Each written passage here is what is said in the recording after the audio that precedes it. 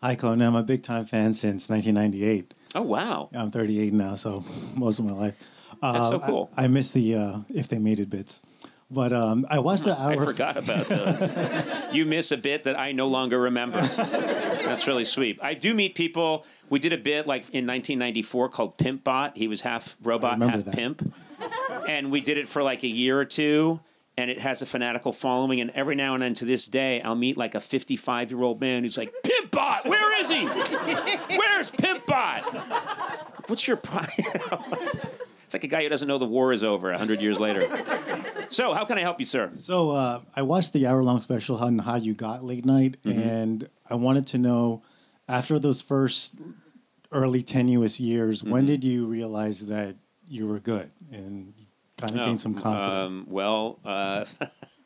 It took a super long time, to be honest with you. And it's funny because I remembered a young person, they had a bunch of college students come in just a few years ago when we were doing the show over at Warner Brothers, the Conan show, and she said, when does the nervousness and self-doubt end? And I said, I have really bad news for you. There's always some of that, you know? So, yeah, we had kind of a interesting introduction to late night television.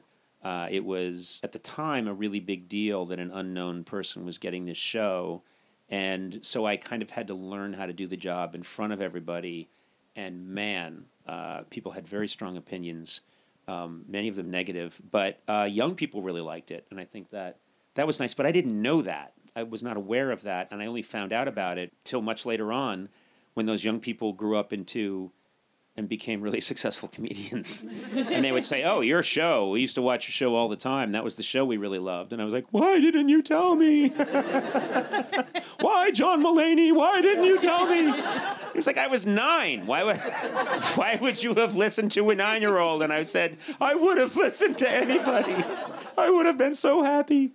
So it took a while. It took a number of years and to just, you know, and Insecurity and all those things that people have. And I just like to be really honest about the fact that it never quite goes away. You're always hoping, is this good enough? Was that okay?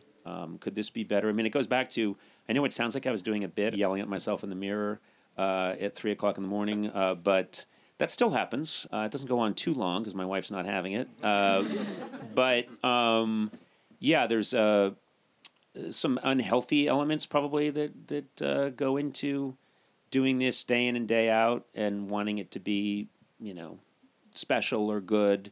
And I think trying to figure all that out has taken me a long time.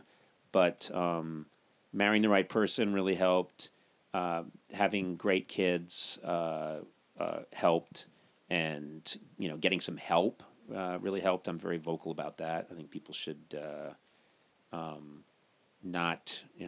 should be very open to talk therapy if they need it, and if they do it responsibly, you know, getting on meds, stuff like that. I think that has made a huge difference in my life. So, but it took a while. It took a long time.